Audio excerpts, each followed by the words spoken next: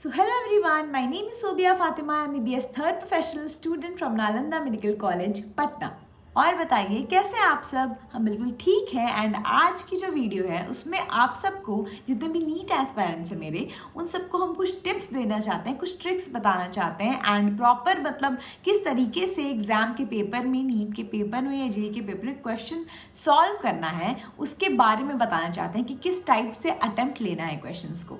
I know कि बहुत से स्टूडेंट पढ़ने में अच्छे होते हैं बट जब टेस्ट देने की बारी आती है तो उस टाइम उन्हें क्वेश्चन अटेम्प्ट करना ढंग से नहीं आता है, इस कारण से उनका मार्क्स अच्छा नहीं आ पाता है और वो बोलते हैं कि उन्होंने तैयारी तो बहुत अच्छी की थी बट मार्क्स ही नहीं अच्छे आ रहे हैं। तो उसके लिए कुछ बातों का यहाँ पर भी ध्यान देना है, तो उस पर ही आज हम ये वीडियो बना रहे हैं। तो अगर आपने अभी तक मेरे चैनल को सब्सक्राइब नहीं किया है तो प्लीज सब्सक्राइब कर दीजिएगा।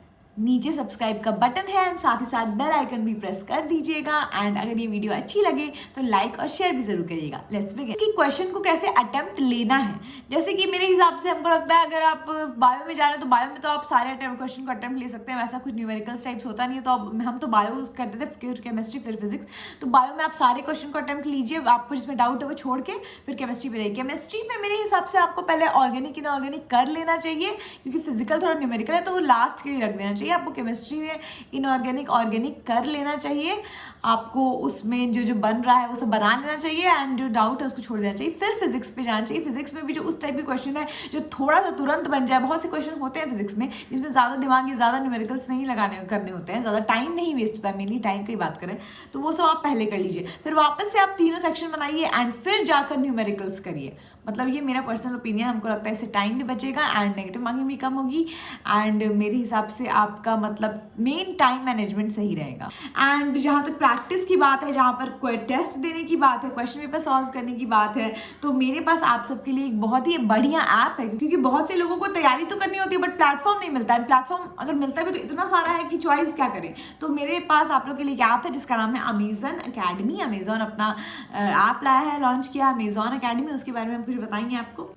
सो गाइज, हम लोग बात कर रहे हैं अमेजॉन अकेडमी ऐप की, जहाँ पर unleash your winning edge in JEE, NEET and 10th board इसके लिए बहुत ही इंपॉर्टेंट है। तो चलिए हम लोग इस ऐप को प्रोसीड करके देखते हैं इसमें क्या क्या है। तो आप इसमें देख सकते हैं कि ये नीट के लिए और उसके साथ ही साथ अगर आप चेंज करें स्विच करके जेईई के लिए भी उतना ही इंपॉर्टेंट है और साथ ही साथ 10th बोर्ड के लिए भी उतना ही इंपॉर्टेंट है। हम तो नीट को सेलेक्ट करेंगे एंड नेक्स्ट करेंगे। उसके अलावा आप क्लास 12 जितना भी आपका सेशन, अगर नीट 2022 है तो ठीक है उसका कर लेंगे, क्लास 12 का। इस ऐप का सबसे इम्पॉर्टेंट फीचर्स होता है कि यहाँ पे लाइव क्लासेस होते हैं, लाइव लेक्चर्स होते हैं, जैसे कि स्ट्रैटेजी क्लासेस हो गया, मॉक टेस्ट एनालिसिस हो गया, क्रैश कोर्सेज हो गए फिजिक्स, केमिस्ट्री और बायो के। एंड उसके साथ ही साथ आपको लाइव शॉर्ट कोर्सेज भी हैं फिजिक्स, केमिस्ट्री और बायो के। अगर आपको लॉन्ग कोर्स लेना है तो आप इनरोल कर सकते हैं, यहाँ पर लिमिटेड पीरियड ऑफर है। डैशबोर्ड में आपको एक और चीज़ दिखती है कि अपकमिंग लाइव क्लासेस या अपकमिंग इवेंट्स कब कब आ रहे हैं, वो सब आपको डैशबोर्ड पर दिख जाएगा। एंड साथ ही साथ एक्टिविटीज़ फॉर यू में टिप ऑफ द डे या फिर डेली टिप्स आपको वहाँ पर दिखती रहेंगी। इस ऐप में आपको प्रैक्टिस करने के लिए फिजिक्स, केमिस्ट्री और बायो तीनों के सारे लेक्चर्स, नोट्स सब कुछ अवेलेबल हैं, सारे के सारे चैप्टर्स के, ताकि कोई दिक्कत नहीं हो आपको। आप देख सकते हैं फिजिक्स के खोले थे मैंने, जैसे ये केमिस्ट्री का हो गया, प्रैक्टिस क्वेश्चंस हैं इसमें।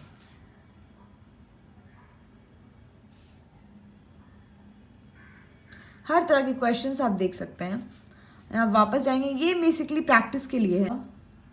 आप टेस्ट में देख सकते हैं, टेस्ट में जाके यहाँ पर चैप्टर टेस्ट भी हैं, ऑल इंडिया लेवल पे मॉक टेस्ट भी है ताकि आपको बाकी कंपटीशन का आइडिया हो। पार्ट टेस्ट है, फुल टेस्ट है and specially previous year papers हैं।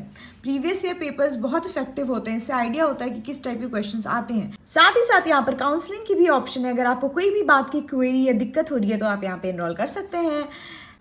एंड मेरे हिसाब से आपको ये ऐप ट्राई ज़रूर करना चाहिए अगर आप नीट या जेईई की तैयारी कर रहे हैं। मेरे हिसाब से ये बहुत ही इफेक्टिव रहेगा एंड आपको नीट या जेईई क्रैक करवाने में बहुत ही ज़्यादा हेल्प करेगा। ये सारे कोर्सेज हो गए, आप खुद से ऐप डाउनलोड करके चेक कर लीजिएगा, हम लिंक डिस्क्रिप्शन में दे देंगे।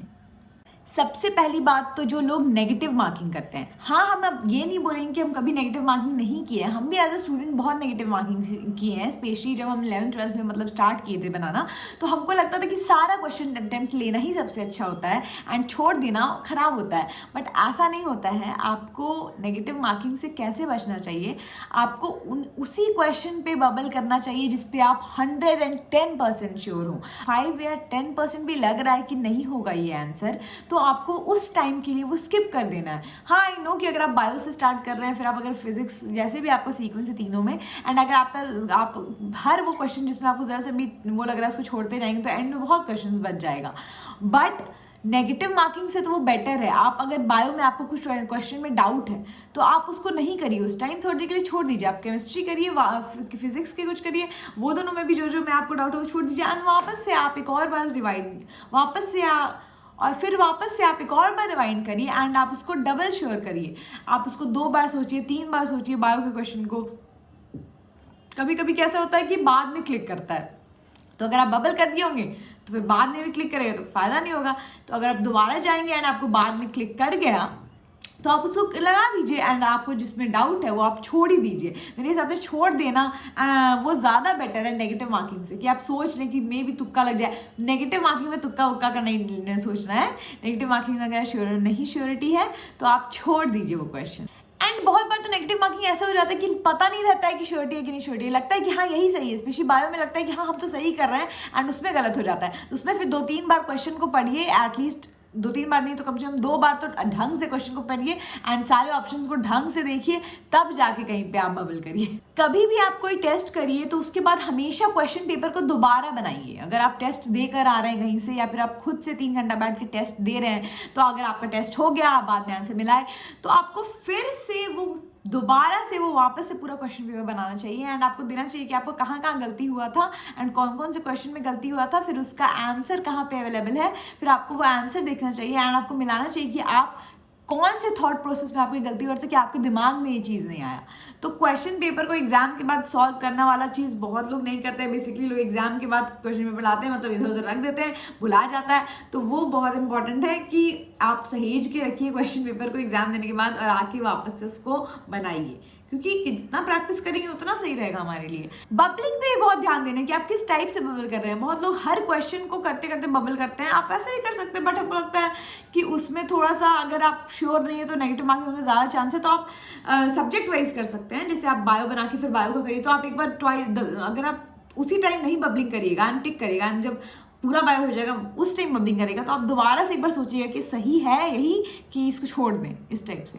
बट आप पूरा का पूरा टिक करने के बाद अगर बबलिंग करना चाहिए तो वो अलग से एक काम जैसा हो जाता है। जो लोग इसमें माहिर है, जो स्टार्टिंग से ऐसा कर रहे हैं वो करें, बट जो नया नया आए हैं वो प्लीज़ ये काम मत करिएगा कि पूरा का पूरा मतलब टिक करने के बाद बबलिंग करें। उससे टाइम बहुत बार घट जाता है एंड आप पूरा नहीं बबल कर पाएंगे तो मार्क्स नहीं मिलेगा। अच्छा मार्क्स लाने के लिए आप पढ़ाई तो कर ही लेते हैं, बट आपको टाइम मैनेजमेंट अगर आपका प्रॉपर नहीं होगा तो आपको मार्क्स बढ़िया नहीं आएंगे, भले भी आप कितनी भी ज़्यादा तैयारी कर लें। तो टाइम मैनेजमेंट बहुत इंपॉर्टेंट है। किन किन चीज़ों से आपका टाइम मैनेजमेंट इम्प्रूव होगा, तो उसके लिए सबसे मेन चीज़ है क्वेश्चन पेपर प्रैक्टिस करना, टेस्ट देना। उससे जितना आप रेगुलर टेस्ट देंगे आपको आइडिया हो जाएगा कहाँ लैग कर रहे हैं, कहाँ पे क्या दिक्कत आ रही है, तो आप उससे टाइम मैनेजमेंट करना सीख जाएंगे। जितनी प्रैक्टिस उतना आपको फ़ायदा होगा, जितना आपका पकड़ बनेगा अपने टाइम पर उतना आपको मेन एग्जाम के दिन भी फ़ायदा होगा। हम आपको बता दें कि मेरे 11th-12th में एकदम भी अच्छे मार्क्स नहीं आते थे टेस्ट में। बेसिकली यही रीज़न था कि हम ज़्यादा टेस्ट दिए नहीं थे, हमको आइडिया नहीं था कैसे बनाने का। ऐसा नहीं था कि हम एकदम पढ़ते नहीं थे, बट ज़्यादा रीज़न यही था कि हमको टेस्ट देने नहीं आता था। बट जितनी बातें हम आपको बताए हैं वो सब हमको मेरे टीचर्स बताए थे, हमको और भी सीनियर्स बताए थे, तो उससे हमको आइडिया मिला था। एंड खुद से भी बहुत बार टेस्ट दे के प्रैक्टिस करके क्वेश्चन पेपर को हम समझे कि ये सब चीज़ों पर ध्यान देना है एंड उसके कारण मेरे मार्क्स में बहुत इफेक्ट आया था। उसके कारण से मेरा मार्क्स बहुत इंप्रूव किया था। उसके कारण से मेरे नेगेटिव मार्किंग भी धीरे धीरे कम होने लगे थे एंड हमको ग्रोथ दिख रहा था इन सब चीज़ों को फॉलो करके। तो आप लोग भी ये फॉलो करिए। आई होप कि आपका भी अगर कम मार्क्स आ रहा है एंड आपका प्रॉब्लम हो रहा है टेस्ट के टाइम तो आपको नहीं होगा एंड इंशाल्लाह आपका एग्जाम अच्छा जाएगा। I hope for the best. मिलते हैं अगले वीडियो में। अल्लाह हाफ़िज़।